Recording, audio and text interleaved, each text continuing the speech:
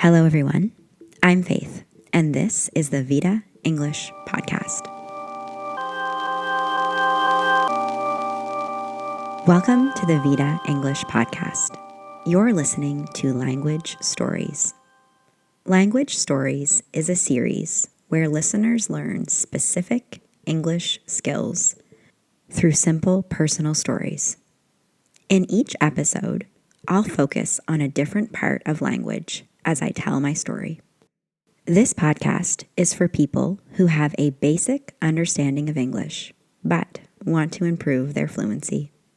Today, we are going to learn all about how to use future perfect as I tell you about my plans for the rest of the year.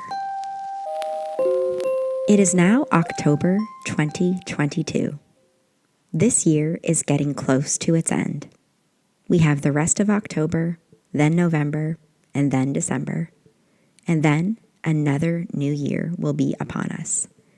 And it will be 2023. Thinking back over my years as an English teacher brings back lots of memories. I can't believe that by 2023, it will have been 11 years since I started teaching. As you get older, time seems to go by so quickly. When I was a kid, every year seemed like an eternity. But now that I'm in my 30s, it seems like each year passes by more quickly than the last. Can you relate to that feeling? Does time seem to move more quickly as you get older? Speaking of time moving quickly, another thing I can't believe is that I'm almost finished this podcast series. By next week, I will have finished the language story series on the 12 major verb tenses. After this episode, there will be a final episode discussing future perfect progressive. And then the verb tense series will be complete. To all my listeners, I hope you found this series helpful so far, and I hope you now have a better understanding of the English verb tenses. Please let me know what grammar topic you'd like me to discuss next. In the story I just told, I used the future perfect tense 2 times. Let's look at the ways I used this verb tense. Number 1. To talk about an action that will be completed before a specific time in the future. Example, I can't believe that by January 2023, it will have been 11 years since I started teaching. So in this example, I'm discussing 2 future events. One of the events is that the calendars will change and it will be January 2023.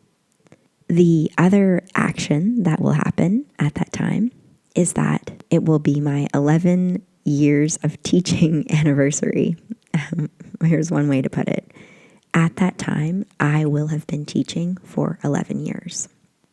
Another instance where you'll hear this type of language being used would be when people talk about their anniversaries. Someone might say, wow, by next year, we will have been married for 20 years. So people use future perfect to talk about a time in the future that corresponds to an event in the future. Number 2, to talk about an action that will be completed before another action in the future. Example, by next week, I will have finished this language story series on the 12 major verb tenses. So again, I'm talking about 2 events. I'm saying next week, which is the future. When next week hits, something else will have already happened. I will have finished this series on the 12 major verb tenses. So often when teachers are explaining this, they'll use a line that marks the future with 2 little X's on it.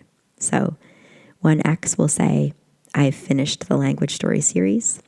And then another X will say next week. So I'm talking about 2 points in the future, and one is completed before the other. So you can picture me finishing this series on the verb tenses, and then you can picture next week. Those are 2 points in the future, and I'm kind of comparing them. This action will be completed, and it will be next week. Another example someone might say is if they have started a new television series that they really like, they might say, by next week, I will have finished this entire series. I can't stop watching it. So you're talking about 2 points in the future, 2 actions, and kind of comparing them. Next week comes, and by the time it's next week in the future, you will have already finished watching this series that you're binge watching, for example. All right, now it's your turn. I want to give you a chance to practice using future perfect tense. Say your answers out loud, and if you're listening to this podcast on YouTube, leave your answers in the comments section below. Remember to use future perfect tense. Question number 1. By January 2023, how many years will you have had your current job?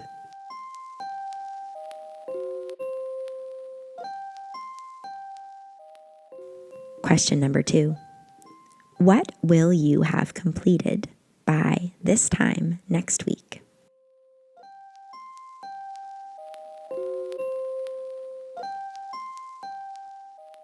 Thanks for tuning in to the Vita English Podcast. Tune in to the next episode of Language Stories to learn the final verb tense we'll be studying, future perfect progressive.